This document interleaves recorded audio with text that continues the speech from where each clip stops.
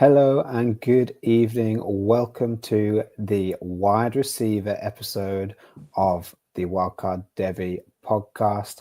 This is possibly our most anticipated episode, Phil. How are you doing on this of all evenings? Yeah, man, I'm really excited.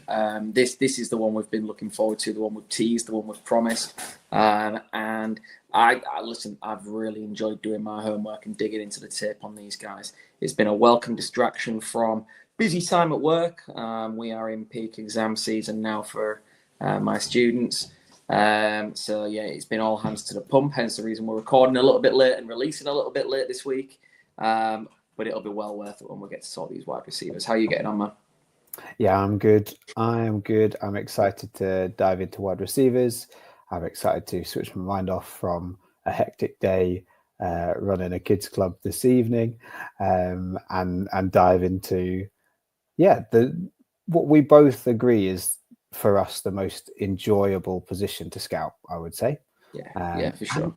And maybe the easiest one, if you're looking for tips on what to look for, this is probably the one that we can chat about most. So if you are interested in what we look for and how to look out for, the top wide receivers coming into college, feel free to hit us up on X, hit us up on the DMs.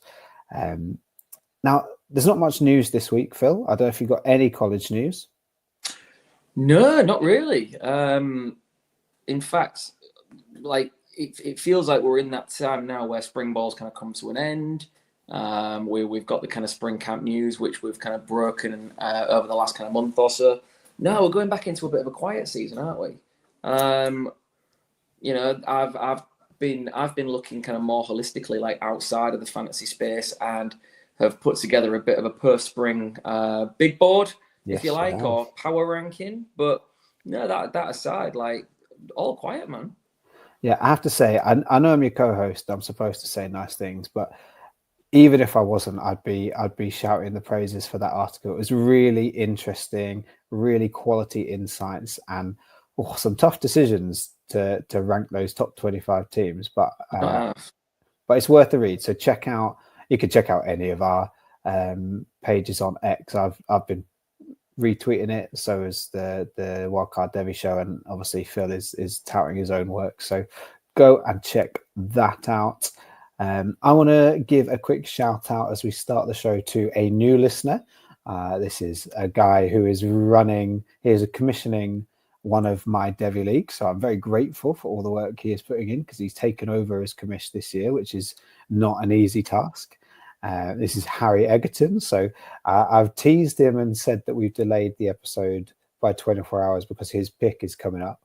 And he I don't want to give him a heads up on who I was interested in out of these wide receivers, but I think it's going to come out before he picks anyway, because the guy who's on the clock has currently been on for nearly 100 hours, which is approaching taking the mick territory, as Harry put in the group chat. So we'll see if I ever get to pick, because I'm up next. But we'll dive straight into these wide receivers there, and there's plenty to talk about, and there's no point stirring the pot any more than we need to. Let's get in there and feast on these wide receivers. So we're going to start with Dakorien Moore, the wide receiver who is committed to Oregon. Now, last week we played rock, paper, scissors to see who was going to get to chat about these guys, and I managed to pick up Dakorien Moore in that draft. So I'm very happy to have done so, because the headline here is that Dakorien Moore is the best receiver in this class. Yeah, hands down. And it's by a significant margin, as you say. So Dakorien Moore, 5'11", 186 pounds, a state championship winner as a sophomore with a quarterback, Keelan Russell, who we touched on in our quarterback episode. So some good pedigree there. He is a track athlete. He's quick, and he is a polished high school receiver. He's good at pretty much everything. Now, I say that a polished high school receiver. He's not coming into the league as a polished college receiver like we have seen with certainly Jeremiah Smith, and you could be argued Ryan Williams. But this is kind of as high a praise you could give someone who isn't that slightly freakish athlete that Jeremiah Smith is. What I really love about Dakorien Moore's game is how he creates separation with speed. So both flat out burning defenders with raw pace, but also using excellent acceleration and deceleration to wrong foot defensive backs. And that's really important because that's a skill that doesn't really get taught that well in college, I would argue. I think this is kind of a trait that you have or you have to work on. And if you have to work on it, you're never going to get it to the level of someone who just instinctively knows how to control their body and control their speed. So some really good signs for Dakorien Moore, because what we want from wide receivers is good hands, strong at the catch point, and the ability to create separation. So all good signs for Dakorien Moore. On that, he has big, strong hands in contested catch situations. He tracks the ball really well, and he's really good making yards after the catch. He is someone who's probably going to make you miss rather than go through you after the catch. So talk about kind of yak yardage. He's not going to run through a guy. And that's kind of highlighted his. If we're looking for areas to really work on, it's press coverage. He can be rattled if he is kind of boxed up at the line of scrimmage. If the DB gets his hands on him and interrupts his rhythm, that's the possibly only weak spot I've really got for Dakorien Moore from the tape I've seen. But even with that being said, and obviously he's in a great place at Oregon to kind of work on that kind of thing, especially as that's one of Evan Stewart's real strengths, being able to escape press coverage. So it'd be great to see him learn from Evan Stewart. And the argument is, can Dakorien Moore be Oregon's best wide receiver in his freshman year because of that drop off that Evan Stewart has seen? And Gary Bryant's still there, but they've lost a lot of talent from that room. Yeah, I think you're right. And he walks into a situation where, new quarterback who is going to be looking for a reliable pass catcher, and he's going to have two of them. Evan Stewart, everyone seems really down on at the moment, but he's not become untalented overnight. But Dakorien Moore certainly has got vacated targets to snap up, and I expect him to contribute straight away. In fact, I expect him to make a kind of major impact in that lineup straight away. Yeah, I think Evan Stewart we're going to see be the chess piece of that offense and move around a lot in a way that he probably wasn't used last year because he had quite a set role on the outside. And Dakorien Moore therefore has the opportunity to step into that X or Z receiver spot. And we'll see. Yeah, absolutely. No, that's a great write up and kind of roundup of his skill set, because you're right. He's the one who stood out by a long way. He was the name on the tip of everybody's tongues before we got started. That we knew first in this recruiting cycle, if you like. In terms of draft capital, where do you think you've got to take him in a supplemental draft, Jack? Do you think he's, because people know him, that he's a fringe first rounder? In a supplemental, like a Devy supplemental draft, I think he's going to go in the top 3 picks. If assuming most of last year's talent got swept up, because I don't know if there were too many surprises. I mean, we spoke before the show, Jordan Tyson's available in a few leagues, but really most of the top talent is kind of known already. Yeah, sure. I think Dakorien Moore's going pretty early alongside those top 2 quarterbacks, Bryce Underwood and Keelan Russell, that we talked about as freshmen. So after watching him, then are you willing to bump him up your kind of startup ranks, or does he still kind of slot into that second round outside of the 2027 guys? Yeah, I'm not. I'm not comfortable taking him in the first round, but I would take him in the second round. It obviously depends how the build is going for your team and what the run is like. If you're in a league and a lot of quarterbacks are going early, then I am very happy to wait on Dakorien Moore till the second round. But if there's a lot of wide receivers and running backs going in that first round, I'd be snapping him up at the end of the first round. He's for me the you've got Bryce Underwood or Dakorien Moore at 101 in this freshman class, and I have to practice what I preach, so I'd be taking Dakorien Moore even ahead of Bryce Underwood because the wide receiver position has more longevity, and I feel like I'm more accomplished at scouting wide receivers than quarterbacks.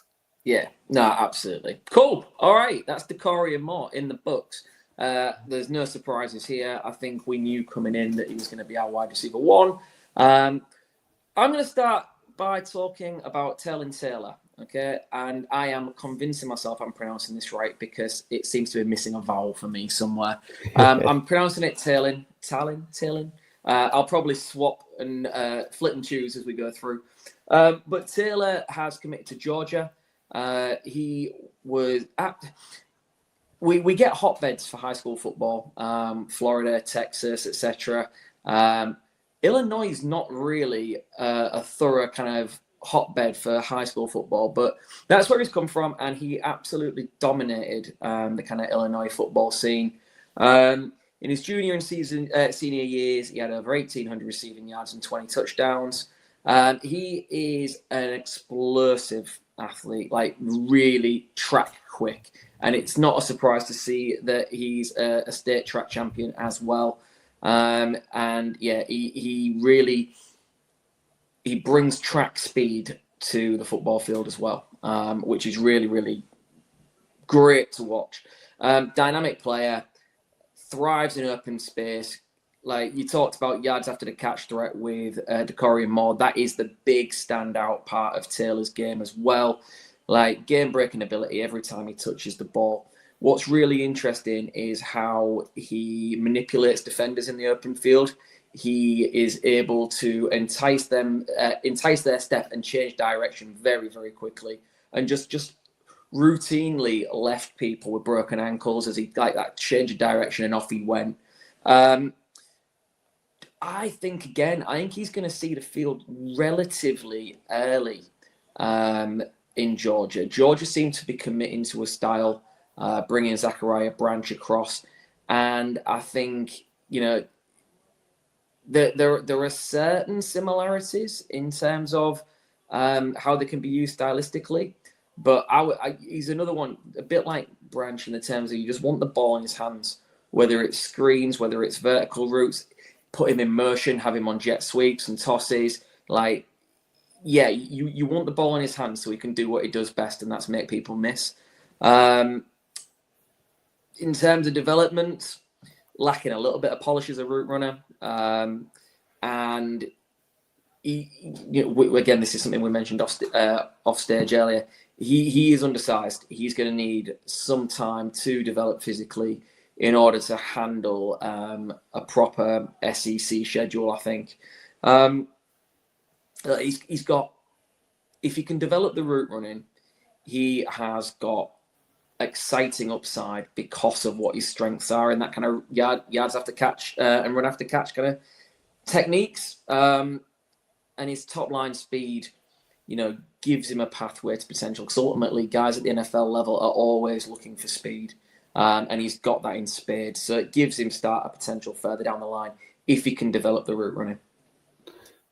Good to know. And I guess it's that speed that differentiates himself from someone like Zachariah Branch, who we've kind of spoken as a bit of a gadgety player that decreases his Devy value, and Taylor has a bit more top-end speed that means that actually he's not going to be limited to needing to get the ball in his hands at all. Behind the line of scrimmage. That's it. I can perceive early on him having a role as a deep threat. Obviously, I'm not saying for a moment he's going to go on and do what Jalen Waddle did at Alabama, but when Jalen Waddle was stuck in that bit of a log jam and waiting for proper snaps at receiver that he never kind of got until his third season, he could flip the field on a single play by just being very fast, getting downfield and being unguardable. I can see Taylor having that role for them as well, really stretching the field and flipping the field, with one player. I can see that kind of impact early doors. Excellent. That is great news, especially thinking of how that has benefited Ryan Williams at Alabama. I guess the question marks around Georgia's offense, it feels almost completely rejuvenated. Like, it's a complete turnover in their offensive, all their starters, really. There's not many positions where they're bringing back returning production. So it almost feels like a bit of a fresh start. Yeah, and I certainly don't think that's a bad thing. Let's be honest, the receiving game in particular can't get any worse than last year. Obviously, people are really, really down on Carson Beck, and in the eyes of many, he needs a bounce back season. But he was massively let down by that passing game. Yeah. Well, hopefully that flourishes new blossoms and new blooms for Georgia. And their Devy value, because actually when Taylor committed to Georgia, I was like, no, that's gonna impact his Devy value. It's gonna impact his development. That is the big knock, really, I have on him, is where he's gone and the track record that the Bulldogs have at producing top NFL talent. That's going to be like a game breaker for your NFL roster, because that at this stage, especially when they're like raw freshmen, I want to know that there's a potential that they're going to be a superstar in the NFL. And if I can already say that they're not going to be, I'm a little bit concerned. Yeah, no, absolutely. So you then, you absolutely kicked my ass, to be fair, at this rock, paper, scissors game, because then you got to take the next big dog. I don't think he's quite a 1B to a 1A. But again, I think many expect him to be the number 2. Tell us what you thought to Khalid Lockett at Texas. Yeah, a really interesting receiver, because he is 6'2", but he's only 175 pounds, and he looks thin, looks skinny. So for 6'2", he's very fast, like excellent on go routes and the post routes. Very athletic jump. Like, I mean, I don't know if he played basketball, but it certainly looks like he was a dual sport athlete and played basketball, because his jump in contested situations, like, I don't know how many I watched, but he came down with the ball in 95% of them. He just out jumped the DB, and that was really impressive, that he has that reach and that leap. But he is a bit raw, and he needed to have that reach because he hadn't created the separation that you would really love to see on those go routes, on a post route. You kind of want to see that separation so that you can take those passes to the house, to the end zone, rather than having to contest for the ball and then you're inevitably going to be tackled or pushed out of bounds when you catch the ball. So would love to see him use some of that agility to create a bit more separation on those go routes, and that would really help him be a threat, a house call threat on every play, because he does project as an outside receiver. He doesn't really have the like twitchiness to be moved inside and be used as that chess piece like we've just spoken about for other receivers. He's got big hands. He's got that strong leap. It makes me think of someone like DeAndre Hopkins in terms of how he can just outdo any defensive back that he's up against. When it comes to a 50-50 ball, it's not a 50-50 ball. And we say that, I mean, we'd probably say that in the fantasy community or even just the NFL college football community way too much. But it really feels like, from what I've seen, and those will be his highlights, that he just wins at the point of catch. He's going to Texas. He's going to a Sark offense that they've certainly invested in a lot, and there's a bit of a pressure to succeed. So I don't know if Khalid Lockett will see much of the field in 2025, and that's partly because of the existing receivers like DeAndre Moore Ryan Wingo being there, but also you've got fellow freshman Jamie French, who I think is a bit more of a polished receiver, might fit into the rotation a little bit better than Lockett can, but that's a complete unknown. That's all like hypothesis. He's certainly in a good place to learn and grow and develop. He has what is touted as the best quarterback in college football, who should be throwing him the ball. So it's a great environment for him to learn and to refine those skills. So I love the landing spot. I like that he wasn't put off by Jamie French. Like, I think Jamie French committed first, and Khalid Lockett was like, "Yeah, that's fine. I'll go. We'll be a duo." So I like it. Devy wise, you mentioned before the show started that there's been a bit of stick on this class, and that's partly because they're being compared to the class that's just been, which is a bit unfair. But this is one of the guys that I am nervous about, because if he doesn't develop, if he doesn't show that ability to separate, he's going to be much easier to defend in college than he was in high school. Sure. Yeah. No, I can see that. The hands, you're right in what you said. The hands, from what I've seen, are very, very good. But if you can't separate, we've seen it doesn't really make a difference. You know, the ability to get open is what's going to win and keep you on the field. Otherwise, you're not going to see the reps. Right? Yeah. Okay. So, bit boom bust, would you say? Potentially. And we're yet to see Sark develop a receiver at Texas. Sure. Matthew Golden maybe aside, but I'm giving Houston a lot of credit for his development. Yeah, absolutely. Well, okay. So a little bit worried about Khalid Lockett. I then am going to bring the mood down a little bit further, and I'm going to talk about Jerome Miles at Texas A&M, because this was the one tape that I watched. And listen, we've said it before, like we don't root for these guys to fail. We don't, we want the best for all these young men.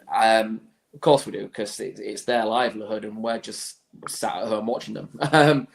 But this was one where, purely from a Devy fantasy football point of view, I hope that a lot of my league mates use 24/7's rankings or On3's rankings or the ESPN 300. See, he was a highly recruited wide receiver to Texas A&M, and take a shot, because that will just leave someone else on the board for me. So Miles was a late riser out of Louisiana. He exploded as a senior with over 1,000 yards and 15 touchdowns. He played at a slightly smaller classification and drew a lot of attention for his scrappiness, his chippiness, and his willingness to fight for every yard. Interestingly, I think a little bit of that chippiness comes because he was a two-way player at high school. He played a lot of DB as well. And you can see that when you watch him play. He plays with that defender's nastiness. He is incredibly physical, does well after the catch, and will do the gritty, dirty stuff over the middle. He'll run a lot of slants and across the field routes. Coaches will love him because he isn't afraid to roll his sleeves up and go nose to nose with absolutely anybody. What worries me, though, is the translatability to fantasy points. He plays with a grit and an edge, and there is yak potential. He'll break arm tackles, he'll fight for extra yards, but he is not particularly athletic. There are no elite traits across the board. No overwhelming size, no overwhelming speed. And, when you combine that with, I'd say, a lack of refined route running, it just leaves me to question what translatability there is to the next level. I can see him being a productive college receiver in the right system. I can see him being a good outlet for Marcel Reed. You know, a kind of safety valve outlet across the middle, where he will fight and he will scrap. And I can also see Aggies fans absolutely loving him for everything he brings. But I don't want him on my fantasy team. And that's what I'm doing this from. Like, could he go on and have a career? I just don't see it. With the lack of athleticism, I just don't see it. And so for that reason, I couldn't, in all good faith, put him on my Devy team with, anything other than a very late round dart throw on the board's bare, because I just don't see the translatability. Interesting, because quite a high, like you say, a high recruit for a 4-star but borderline 5-star. Someone who's very physical. So he's like what, 215 pounds, 6 foot 2. Yeah. So he's a big guy, and very strong from what I've seen. The problem is, I'm just reading, he broke his ankle as a junior and then tore his ACL as a senior after just 2 games. So that would explain the lack of pace. I was going to say that would explain that lack of athleticism, and those are 2 pretty devastating injuries for a wide receiver. So you're definitely going to lose a bit of burst from both of those injuries. So yeah, interesting. I think the size speed combo before those injuries that did interest me. It did interest me about him. But if he has lost that speed and it's just the size, that is concerning. Yeah. Like I said, could he be a productive college player? Yeah, I'm sure he could, but maybe not at Texas A&M. Yeah, and his Devy upside to me is just massively limited without those athletic traits. Fair enough. Oh, are we going to bring the mood back up? I feel like I've just kicked a puppy. Yeah, well, I was going to say, go and prove us wrong, Jerome. Go and prove us wrong. Absolutely. I will happily eat humble pie. Yeah, which Phil never, ever has to do because he's just such an expert at this. So you don't even know what it tastes like. Yeah, that's it. I've heard it's nice. Right, let's do a double dip into Florida. And we're going to start with probably the less hyped up or less well known of the 2 wide receivers. So we'll get on to Dallas Wilson in a bit, but I'm going to give you a brief overview of Vernell Brown, who is also at Florida. But to be honest, most people won't have heard this name because he was slightly lower recruit and certainly hasn't had the spring vibes that Wilson has had. But Vernell Brown is a smaller receiver, so he's 5'11", 173 pounds. He's very shifty. I love his elusiveness and how he makes defenders miss. He, as you kind of want from those kind of receivers, he's got a good burst off the line as well to help create separation. He's got a variety of release packages that help him tie up defenders' feet. So you spoke about defenders' ankles being broken because of route running. This is defenders' ankles being broken because of expert release packages and throwing defensive backs kind of the wrong way, just with head tilt, explosiveness off the line, and a really quick step off either foot as well, which is exactly what you want to see. You want them to be able to explode off right and left foot, change direction. I'm not convinced that Vernell Brown can play on the outside. So he's another not so physical receiver in this class. And he's going to Florida where they already have a guy like that in Eugene Wilson. They have a guy who is their movable piece, who will take a lot of the snaps out of the slot, will take a lot of the targets across the middle.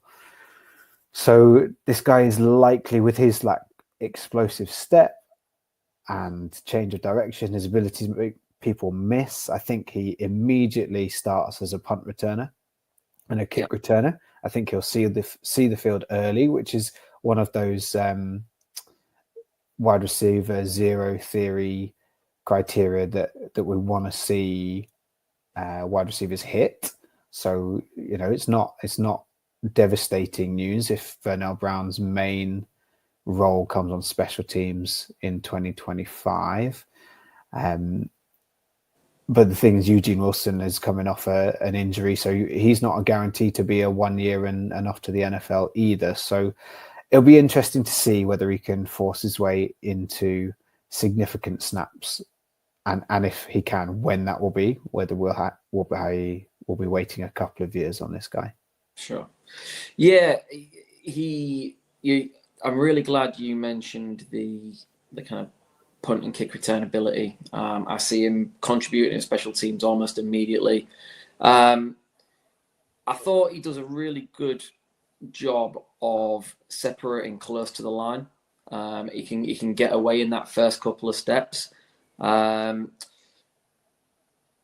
think you've hit the nail on the head. Like immediately, his path to snaps and breaking some of those year 1-0 metrics is going to be hampered by the fact that Florida have got a very productive receiver in Eugene Wilson who can do the same things. To wait and see what he's going to become is exactly that. You're going to have to wait and see. I don't feel like, unless you are playing in a very, very deep draft, you're going to need to put him on your radar this year.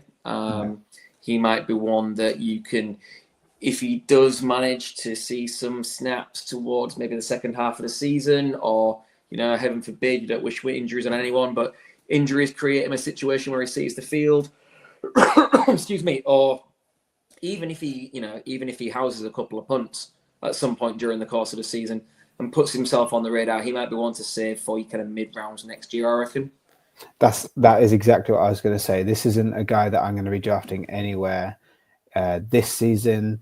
He's someone I would probably look to stockpile third-round picks for next year's draft and maybe spend one on if you've got two outcomes there. He either proves us completely wrong and gets on the field early and he's gone by the third round next year, in which case, fair enough. But if he's contributed on special teams and he's still looking like we're saying, we're excited for what he could be when he gets on the field. If that's still the case, then you could pick him up in that third, fourth, fifth round of next year's draft, and I think you'll be laughing. Yeah, no, absolutely. But listen, there is a Florida wide receiver who I think stands a much better chance of seeing the field this summer, and that is Dallas Wilson. And, it's got to be said that Florida have done a very, very good job this recruiting cycle in keeping homegrown talent at home. For a long time, top Florida recruits have left the state and moved. Alabama is one who's won a lot from the kind of Florida pipeline over the last few years, as have countless other schools. So the very fact that Billy Napier and Florida are able to keep talents like Dallas Wilson in state really shows what a good job they're doing. And, Wilson was well known throughout Florida high school football. He finished his career with over 2,500 receiving yards and 30 touchdowns. And his combination of size and body control easily, to me, make him one of the best outside receivers in this class. Mm-hmm. He is physically, put my teeth in a try again, physically imposing, 6'3" and 205 pounds already, with room to build on that frame as well. He is an outside guy, great catch point ability, uses his frame to box out defenders, and he can make tough catches. I'd call him more of a possession guy than a twitched up separator. But equally, he does pose a big play threat as well.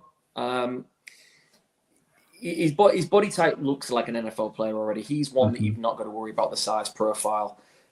Strong hands, contested catchability. He's going to be a red zone weapon from very early on. he's going to give Dallas Wilson. He's Dallas Wilson. He's going to give DJ Lagway a really good movable red zone target. So when something breaks down and DJ Lagway looks to extend a play, it's going to be Dallas Wilson capable of separating, coming back to the ball in the red zone, boxing out defenders. And he's going to be a valuable outlet. And I can see him making a career doing that, not just at the college level, but at the next level as well in the long term. He, for me, has got a very clear path to the NFL because of his style of play. The frame, the ball skills. He's not the flashiest, but he is a very, very dependable kind of boundary receiver with long-term starter potential. I said to you off air, I get Cortland Sutton vibes. You talk about a name not being particularly sexy, but when you're looking at a Devy pick and you're looking at potential longevity, he's one that I can see. If you took Cortland Sutton in a Devy draft, and he's still going strong in what will be year 7, year 8 for him now with the Denver Bronco, you call that a win. You call that a win, and Dallas Wilson could easily go on to have a similar type of pathway. That is, that gets you very excited, even if it's not, Malik Neighbors wide receiver 1. That is solid top 24 wide receiver production. I think the thing I want to see from Dallas Wilson is some more complex route running. I don't think he was asked to run particularly complicated routes. No, it was very much put it up, let him win over and over again, using that same ability to box people out. Yeah, you're right. And again, the top end speed isn't the best. If I've got a knock, he's not going to break away from people with top end speed. And against quicker DBs, he relied on his frame more than his ability to separate. That's not to say that he can't, because he can use his body to create the yards that he doesn't make in the kind of breaking of his routes and separating that way. He's capable to manipulate his frame and manipulate the ball into an area only he can win it. It's not like he struggles to use his frame to make those catches, but against quicker DBs, he's going to struggle to separate. Okay. Yeah, and that's why I want to see, can I see some more footwork used to create that separation, not just physicality or speed. It's some of those, like, can he cut inside and then burst to the outside again, rather than just use outside leverage to create himself a bit of extra space on the boundary. Yeah, no, it makes sense completely. But yeah, well, I say that I don't want to criticize Dallas Wilson because the clips I've seen of him are really exciting. Yeah, he's spring hype. Absolutely, he's the name that is on everyone's lips after a really, really buzzy spring camp. So let's see how he rolls into the summer. Let's see if the hype's still high and where we go from there. Absolutely. Now I'm going to talk about someone whose buzz has kind of decreased, but I have absolutely no idea why. Because Caleb Cunningham was at one point the top wide receiver in this class. And that's early days for recruitment rankings, but I know this will hurt you a little bit, Phil, because he decommitted from Alabama and flipped to Ole Miss. But I really, really am a fan of Caleb Cunningham. He has risen up my wide receiver rankings during this process because I am excited for what he has shown and what I've been able to see. So again, 6'2", 190 pounds, a bit more of a physical wide receiver. The guys that I have had a look at weren't necessarily the biggest, so this was a bit of refreshing. Top speed of just over 20 miles per hour and a 40-inch vertical. So he's measuring. He's got the athletic traits and the athletic measurables that you want to see. Unsurprisingly, that translates to being explosive off the line of scrimmage and physical with the ball in hand. He is strong and hard to tackle. He's got really good stop-start body control and speed. So again, I spoke about that with who did I speak about that with? Khalid Lockett. Yeah. Really good body control and stop-start ability. I don't mean that. I mean anyway, but yes, Caleb Cunningham does have it. I was trying to figure out who I was speaking about earlier that does as well. But he is able to control his body really well, send defenders, you know, those like cartoons where you're running towards a cliff and Bugs Bunny stops, but the Tasmanian devil keeps going off the edge. That's what Caleb Cunningham has the ability to do, to turn on a sixpence, and the defender just carries on careering in the wrong direction. So excellent ability to lose a defender in space.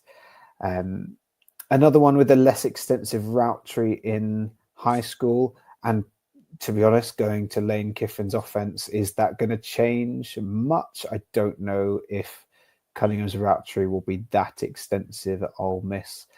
So maybe that's not really an issue, especially for his Devy value, because we know that Ole Miss have produced some top NFL wide receivers. Like, you know, Trey Harris has gone in the second round, third round, second round. And you know, he could see snaps really early from the slot in this Lane Kiffin offense, as again Ole Miss look to a new quarterback to turn the page on their season. I think Caleb Cunningham could be an excellent safety blanket for that quarterback. Yeah. No, it is interesting because he was one that I got my eyes on early when he was originally committed to Alabama. And you're right. It's really interesting that you mention Trey Harris there, because I can see them winning in similar ways. That explosive straight line speed. Obviously, Austin Simmons is not Jackson Dart, and it's gonna take some time perhaps. But in that system, I feel like he is a ready-made replacement for that kind of 9 and go route, the post balls from the slot. It's like a power slot, and I can see the scheme being a perfect fit for him. And you know, look, you're right. Ole Miss receivers that have gone into the league fit in exactly the same mold have gone on to be very successful. I can kind of see, dare I say it, why Caleb Cunningham decided that was the right place for him. You know, obviously gutted to lose him, but I think it makes sense. And he's one that, again, I feel much more comfortable having watched bits of Caleb Cunningham in predicting him and his translatability to the next level than a couple of the others. Yeah, I think after Dakorien Moore, you could make it. I would probably make a very strong argument for taking Caleb Cunningham as the next wide receiver from this class. And you know, it's probably quite a big tier of wide receivers. So you know, it's pick your flavor. But the Caleb Cunningham is mine. He's the next wide receiver I'd take. And there's a hint for that league that I'm drafting in that he might be the guy that I'm taking with the next pick. You never know. There you go. If that dude ever gets off the clock, like maybe you'll get to make that pick. Absolutely. Okay, and now our final wide receiver of the night, and I say we should have probably said this at the beginning. This class is quite deep. This wide receiver class is quite deep. There are names that you will have heard of that we're not talking about. And that's because we don't have the time to talk about them all today. But I imagine we could probably fill another show, and maybe we will fill another show with other wide receivers after we get a bit more eyes on them. But you're going to talk about one of the Ohio State receivers, Quincy Porter. Yeah. So I mean, look, Quincy Porter again perhaps isn't as highly recruited as some of the names that we've mentioned, but ultimately, whenever Ohio State take a freshman wide receiver, given Ohio State's track record over the last 5, 6, 7 years, you need to look at them seriously and consider the talent and what can be developed. And Porter was a dominant wide receiver at Bergen Catholic in New Jersey, one of the kind of top programs in the Northeast. Over his final 2 seasons, posted over 1,800 receiving yards and 22 touchdowns. And what was interesting is when you watched the huddle tape, there was an awful lot of highlights of him winning against double coverage, which at high school is unusual to see to the extent it was in his film. It was quite clearly a game plan to stop him trying to be as dominant, and he often, managed in regardless of that. His senior year saw him kind of break out as a vertical and red zone threat. He does a good job of blending size and athleticism. He's 6'3", 205 pounds. So physically, again, he checks all the boxes. He was one who kind of garnered, I was going to say notoriety. That makes him sound like a bad thing. No, he made a bit of a name for himself in the 7v7 and camp scene, where a lot of the guys wear shells and shorts, and he really buzzed on those scenes. There's a lot of clips on YouTube of him catching passes from the top quarterbacks on those circuits and really getting his name out there. I think he will be a good outside receiver. That's where, this is where you can tell me about his pathway to targets at Ohio State, because obviously one side's going to be locked down by Jeremiah Smith. But outside of that, we know Kynell Tate has outside kind of flexibility. Brandon Inniss is still waiting to find himself a role. There's Mylan Graham, who, again, seems able to do a little bit of everything. So the room's very, very deep. But in terms of being that physical outside guy, I don't know how many of them fulfill that role and are fighting for meaningful targets. So there might still be opportunities and packages where he can get looks early if things go well. He's got really strong hands, really, really strong hands, and very rarely, you didn't see any drops, hardly at all. Even in traffic, takes the ball in traffic and holds on to it well. He's not a burner, but he's smooth, maintains separation, good route tempo.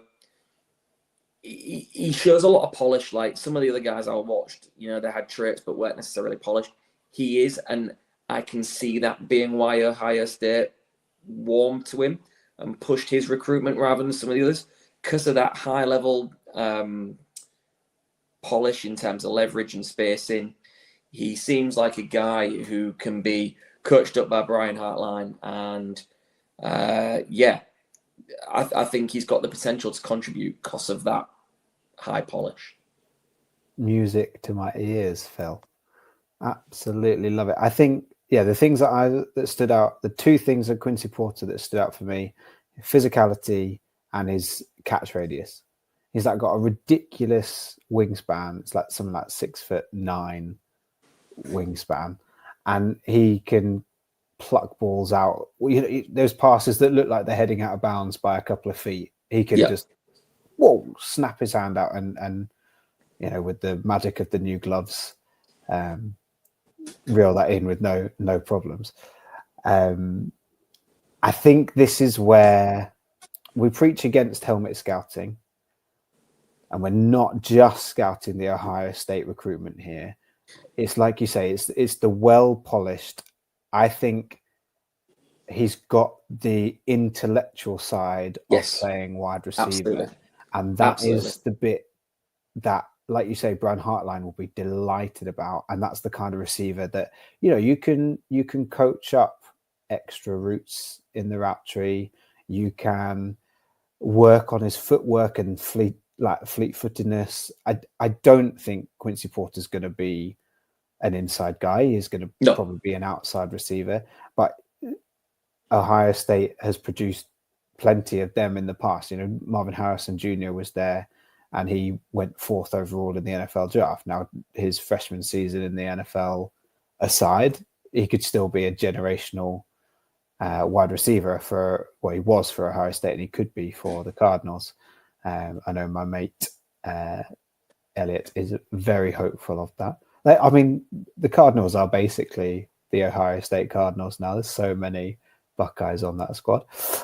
Sorry, I've gone meandering down a path. No, We probably shouldn't have. You're right in what you said, though. But that's what makes Quincy Porter.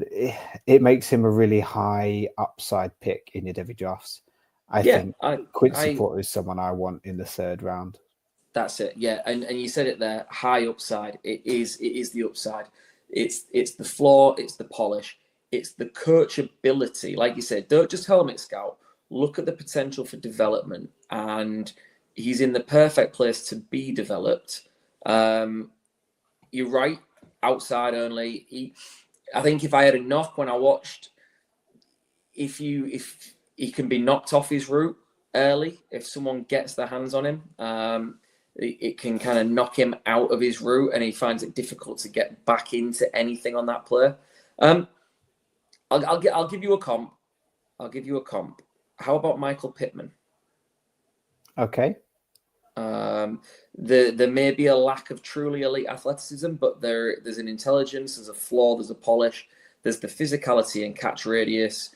Yeah, I like it.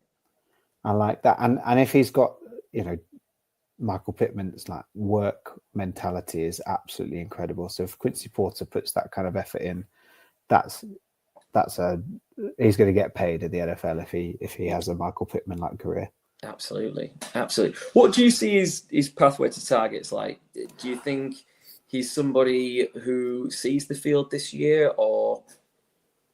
Yeah, I don't think college in general, but especially those traditionally tough, high quality wide receiver rooms are actually as big a barrier to playing time as they used to be. I think over the last couple of years, we've seen that actually rotation. There's a lot more rotation. There's obviously more games in college. I think Quincy Porter will see the field. It won't be on special teams because he doesn't have that twitch in the open space to be a kick returner, really. I think there's a chance that he could break that year 1-0 theory. If it's totally dependent, isn't it? If Ohio State are in some blowout games early on, which you'd probably expect them to be, then you would expect him to get on the field as part of that second rotation of wide receivers. I think it really depends on how early Ohio State are going to rest all of their starters.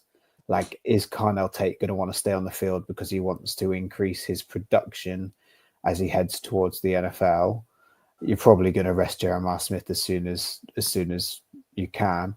Brandon Inniss is going to want to be on the field too, because this is potentially, it looks like he's going to be the slot receiver, so it probably doesn't impact Quincy Porter, but it does impact someone like Marlon Graham, who could play inside or outside.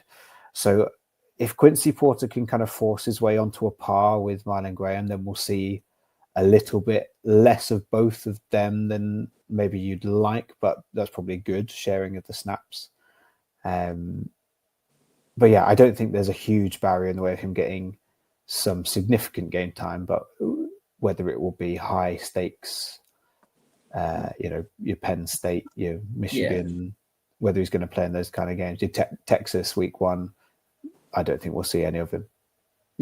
No, which is completely understandable. But he's one, again, like I say, when I watch him, I could see if you took him in the 3rd round of a supplemental draft this year, I could see the potential for him in a year's time to far exceed that draft position. And you'd be quick to make a profit on him. Yeah. And I think, I would pair him with Caleb Cunningham as the two guys. Oh, maybe Dallas Wilson as well. Maybe I am creating a second tier of wide receiver after Dakorien Moore, and it's those three that I'm really interested in. Personally, I don't know how you feel. Listen, I need to have another look at Khalid Lockett in greater detail. But out of the guys that I watched, Dallas Wilson was to me, I won't say a clear second, but I think he's just got a better path to early production and hitting some of those year 1-0 metrics. But Quincy Porter, again, yeah, I liked, and I said to you, didn't I? I said backstage, like, people have been down on this class and telling us it's not that great. Maybe it's because they're comparing it to 2027. But by and large, I liked the guys I watched. Like, I was relatively optimistic for all but Jerome Miles. Poor Jerome Miles. This is going to be the guy that people tell me I hate now, a bit like they always used to tell me I hate Nick Singleton. Like, I don't hate Jerome Miles. But yeah, listen, the other three were clearly better. I'll just leave it at that. Fair enough. Well, there you go. There's our probably consensus tier 1 and tier 2 for the Wildcard Devy show. And on that, I think we will bid you farewell, dear listeners. Absolutely. I think we have crammed 8 wide receivers into this show, which is probably, even if it's not these 8, that's probably the maximum that are going to go in your 3-round Devy drafts this year. If not, give us a shout. Let us know who you are taking, who you are more interested in than these 8, because we want to dive into them too. We're at the start of this year's crop of journeys. So let us know who else you'd like us to do a bit more of a deep dive on, or tell us why we're wrong about some of these guys and how they're going to be absolutely terrible. We would love to hear from you. And yeah, make sure you are following us at Wildcard Devy on X, and you can follow both of us at our own handles, which you can see there at Posh Plays FF and at Jack CDCTT. I can tell you one thing for sure: this time next week, my timeline will either be completely dead or full of Tottenham Europa League champions propaganda, because I will, on my birthday, be watching Tottenham Hotspur in a European Cup final, and I am bricking it. So join me for that if you would like to. And make sure you are following the whole Fantasy Wildcard crew on X and on our YouTube channel. There is great content being pumped out on YouTube channel, on X, written, spoken, video, all kinds of content coming out all the time. And we will see you in a couple of weeks to celebrate the Europa League. No, I mean to discuss more Devy football and everything that comes with it. Catch you later.